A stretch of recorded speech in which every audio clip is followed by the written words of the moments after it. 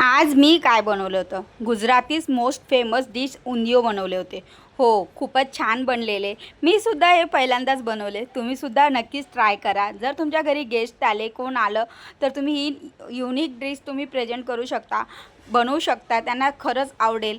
तर इथे मी शेंगदाणे ॲड केले, आपलं मसाला तयार करते, लसूण ॲड केलं, कोथिंबीर आपल्याला खूप सारी ॲड करायची आहे दांडीसोबत.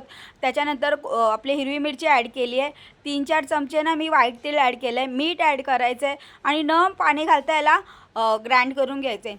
मी कोणतीही रेसिपी शेअर करते जेव्हा तुमच्या लोकांसोबत ती चांगली झाली असेल तेव्हाच मी शेअर करते, नाही तर अजिबात शेअर करत नाही. व्हिडिओ अपलोड करायचा आहे म्हणून मी कधीच करत नाही.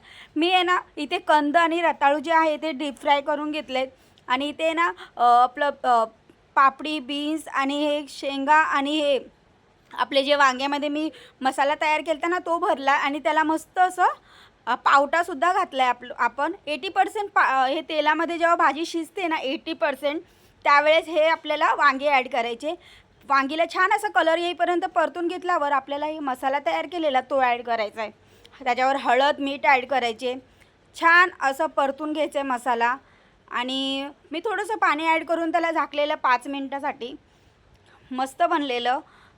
काही लोक ना शेंगदाण्याऐवजी ना नारळ घालतात. मी घातलं नाही, मी शेंगदाण्यामध्ये ट्राय केलं आणि ते मी आहे ना हे जे कंद आणि रताळू मी डीप फ्राय करून घेतलेले ना ते ॲड केलेत. आणि जे उंधियो आहे ना हे वाले ते रेडीमेड ताईंनी आणलेले, मी हे घरी बनवलेलं नाही आहे. तुम्हीसुद्धा बाहेरूनच आणा, कशाला एवढी झंझट करायची. आणि छान असं गरम पाणी साईडने घालायचं आपल्याला आणि ह्याला 20 मिनटं ना मंद गॅसवर आपल्याला ह्याला होऊ द्यायचं आहे. तर उंधियो आपला रेडी झालेला आहे समजा. तर प्लीज माझ्या यूट्यूब चॅनलला सबस्क्राईब करा, सपोर्ट करा. थँक्यू.